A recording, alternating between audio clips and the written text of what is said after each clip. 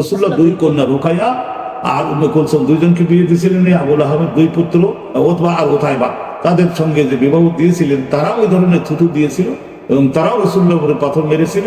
রাসূলুল্লাহ সাল্লাল্লাহু আলাইহি ওয়াসাল্লাম সহ্য করতে না পেরে বলেছিলেন যে আমার গায়ে যদি আঘাত করতে তাহলে আমি হয়তো কিছু বলতাম না, কিন্তু এ তো আমার ইসলাম প্রচারে বাধা দিয়েছে। এই জন্য রাসূলুল্লাহ বলেছিলেন আল্লাহুম্মা সাল্লি আলাইহি কালবান মিন কিলাবিকা, আল্লাহ আপনি এই যে এক এক জামাতা মানে চাচাতো ভাই ও জামাই, তো সে যে করেছে আল্লাহুম্মা সাল্লি আলাইহি, আল্লাহ আপনি তার উপরে আপনার ওই একটা পাহাড়িয়া কুকুর নিযুক্ত করে দিন, তো তাকে শেষ করে দিক।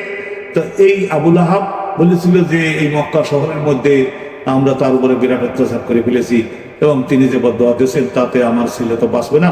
তো ওই ব্যবসা করতে যাচ্ছিল, তখন উনি বলেছিলেন যে এই আমার ছেলে তো তোমাদের সঙ্গে যাচ্ছে, কিন্তু তারা যেখানেই তোমরা ঘুমাবা তাকে একটু মাঝখানে রেখো। তো তারপরে যেখানেই যায় সবাই চতুর্পাশে ঘুমায় আর মাঝখানে ওই আবুল আহাবের ছেলেটাকে রাখে। কিন্তু একদিন দেখা গেল যে পাহাড়ের থেকে সুন্দর একটা বাঘ গভীর রাতে নেমে আসলো আর সকলের মুখ সুখে সুখে দেখে এইটা সেই এই লোকটা সেই লোক কিনা।